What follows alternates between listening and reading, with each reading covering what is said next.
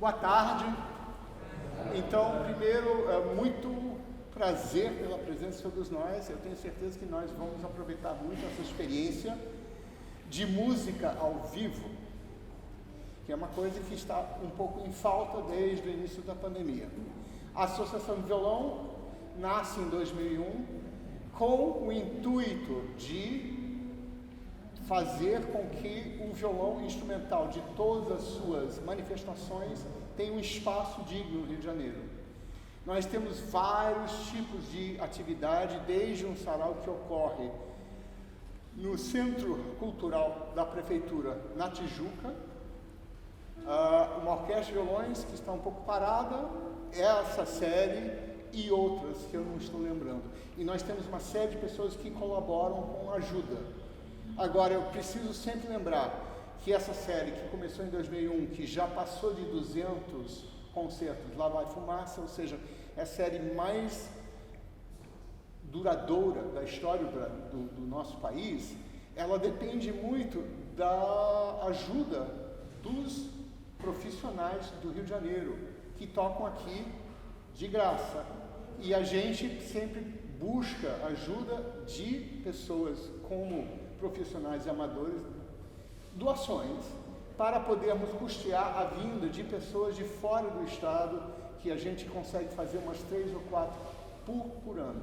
De qualquer forma, estamos aqui para ouvir o Ciro Delvísio, um excelente violonista, e tenho certeza que vai ser um recital maravilhoso.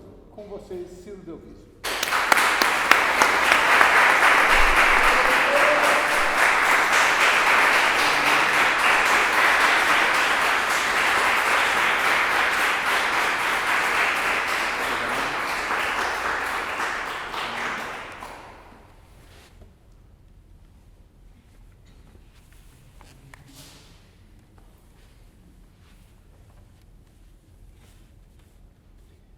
Bem, boa tarde, né?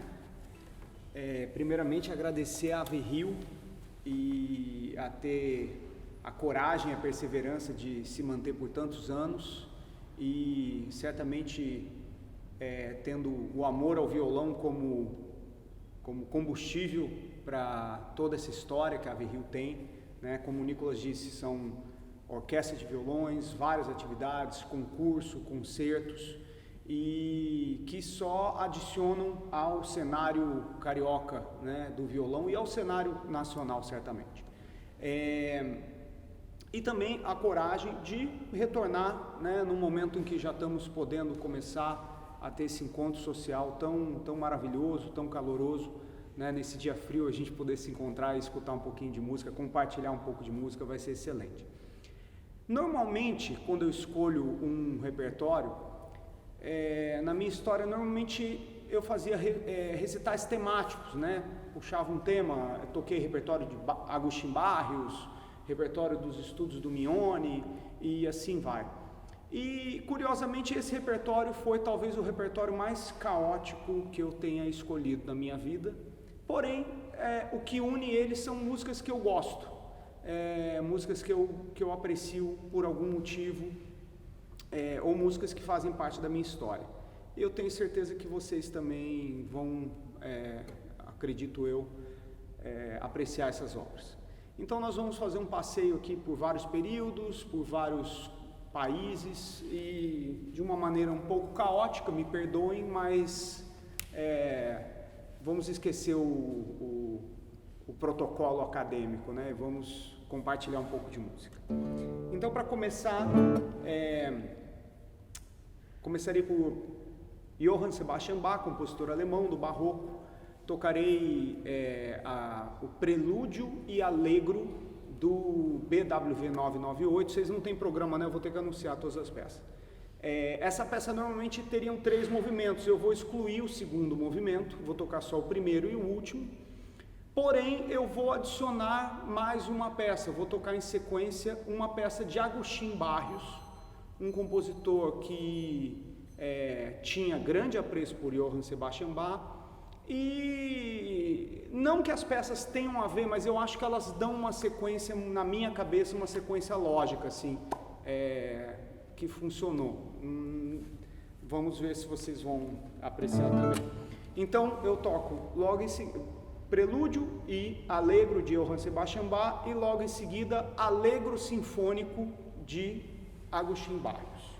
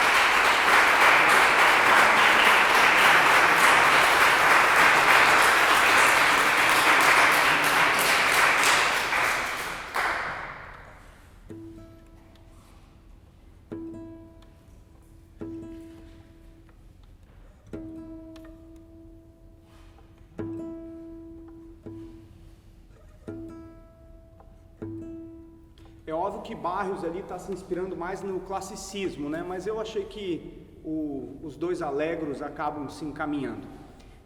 Seguindo o programa, vamos agora para a Espanha, mais precisamente para o compositor Joaquim Rodrigo, célebre compositor por seu Concerto de Aranjuez, a peça talvez mais famosa do violão. Bem, Rodrigo compôs essa peça na década de 50, se não me engano, dedicada a André Segovia. E são 3 movimentos: fandango, passacaglia e zapateado. O fandango tem uma história curiosa, né?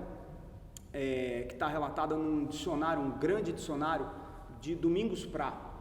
E ele diz que certa vez na Espanha, na época da Inquisição, estavam ouvindo falar do fandango e disseram que para os religiosos, para os eclesiásticos, que era um gênero muito lascivo, muito pecaminoso, e decidiram então julgar. Isso não sou eu que estou contando, é lá no dicionário de guitarristas do Domingo Prat, um argentino.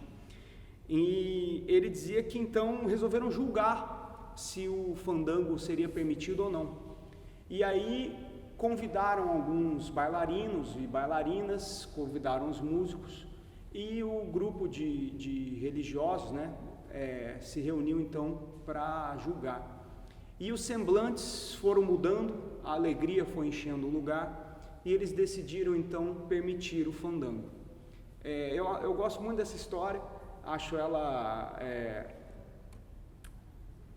particularmente boa para descrever essa peça, que é uma peça, a primeira dessas 3 peças, é uma peça de alegria, de bravura, e o compositor repete 3 acordes insistentemente e vai procurando cada vez caminhos diferentes para esses 3 acordes. É como se fosse uma brincadeira com esses 3 acordes.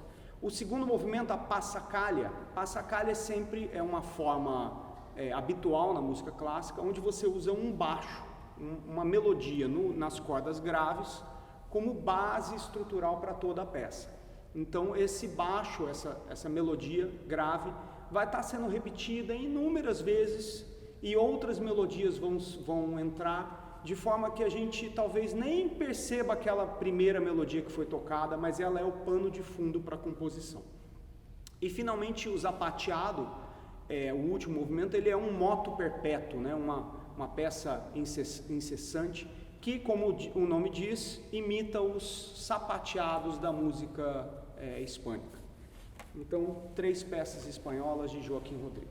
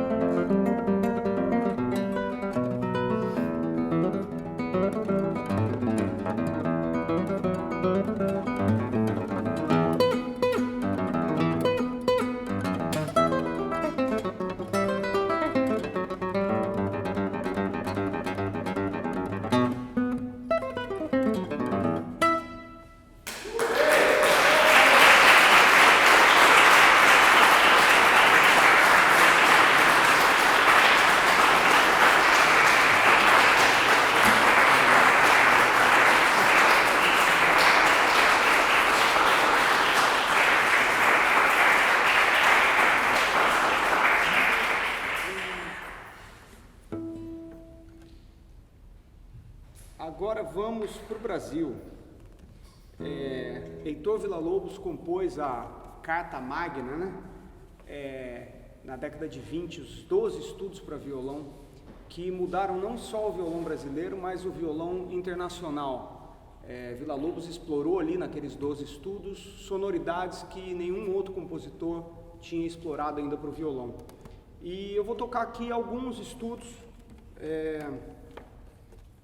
números 1, 2, 3 e 7.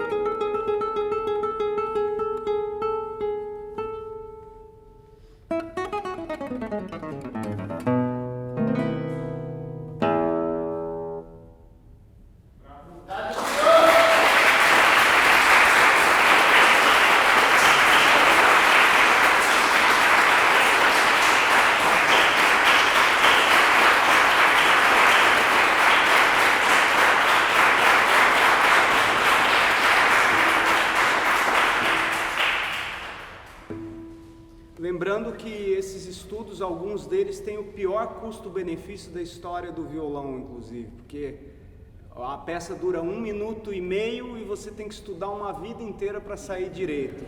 Então,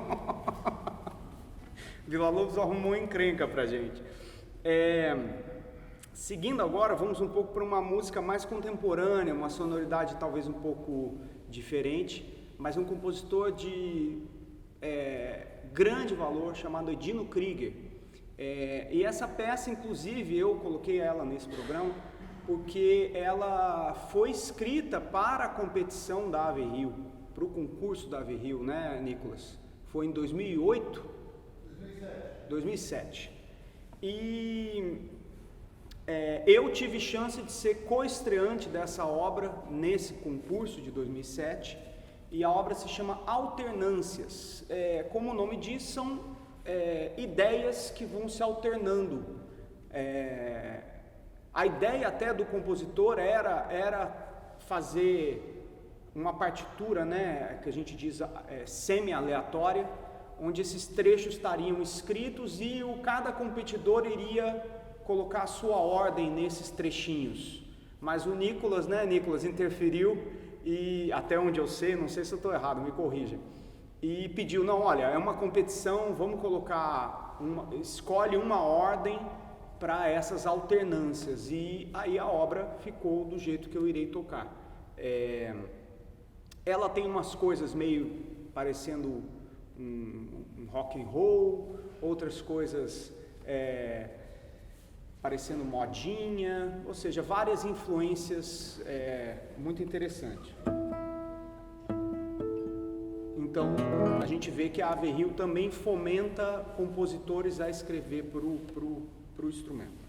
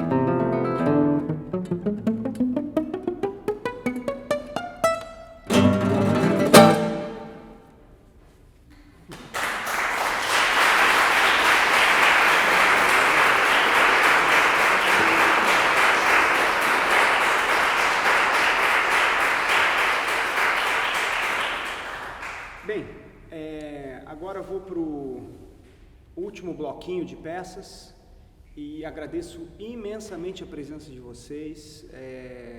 Acho maravilhoso a gente poder voltar a ter esse tipo de contato. É diferente do contato ali pelo celular, pelo computador. É um contato mais humano, mais caloroso. O violão soa diferente e assim vai. A gente pode apertar a mão dos outros e ter a energia que é inexplicável, que só num concerto a gente tem. Assim como se você for no sambódromo escutar um samba, vai ser também diferente de você assistir na televisão. Dito isso, eu tenho novamente que agradecer a AV-Rio e a figura do Nicolas por organizar todo esse evento, a figura do Alisson por fazer essa transmissão, gravação. E tenho agora alguns pequenos anúncios que eu faço com grande alegria para vocês. Eu estou vendendo CDs aí fora, um CD solo que eu gravei no México há anos atrás e um CD em duo com a minha esposa. E vou anunciar agora, vocês estão sabendo em primeira mão, que no mês que vem estarei lançando um CD no Japão. O que só me complica para tocar as próximas peças que eu vou ter que tocar direito, né? Mas um CD com a integral dos estudos de Francisco Mignone. Essa obra é um dos ápices do violão brasileiro. Pouquíssimo tocada, pouquíssimo gravada. Essa é possivelmente, até onde eu sei, a terceira gravação integral desses estudos.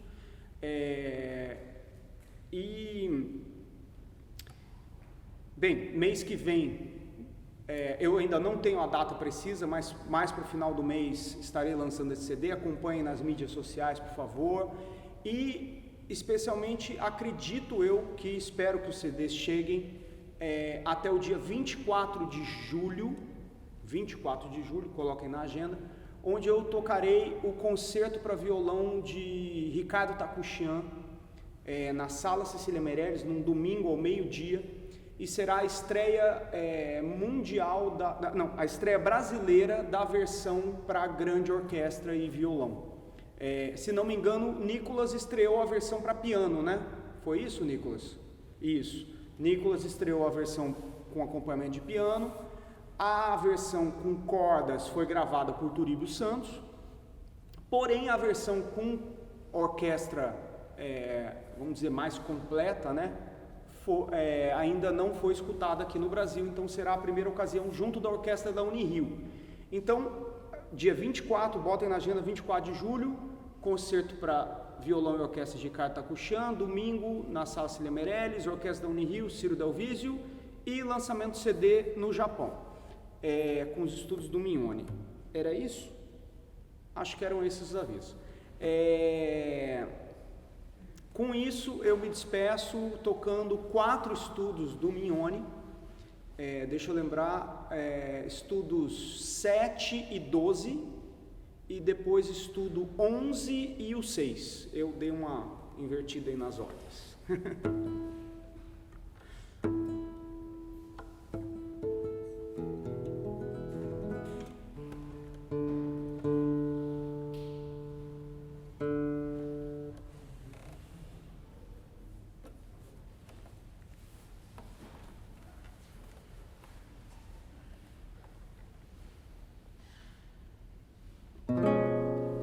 Sim, eu esqueci de falar algumas coisas sobre esses estudos. Eu falo para burro, desculpa. O primeiro estudo 7, ele parece uma Berceuse, ele é uma canção de ninar. Só que aquelas canções de ninar brasileira que mais assustam a criança do que confortam, vamos dizer assim, educam pelo medo, né? O estudo 12 é um moto perpétuo, muito pianístico e difícil de execução no violão.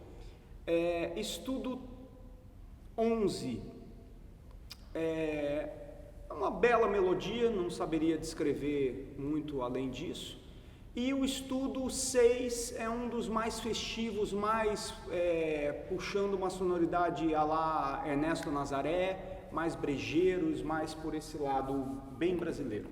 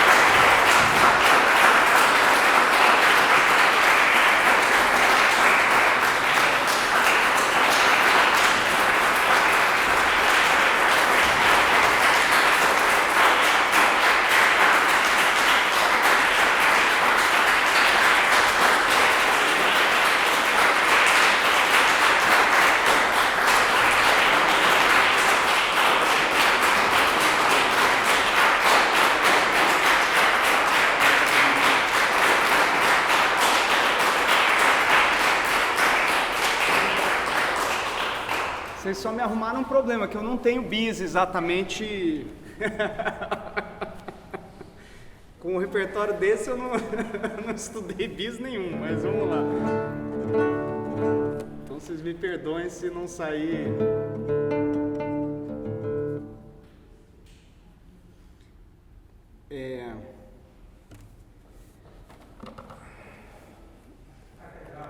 Ah!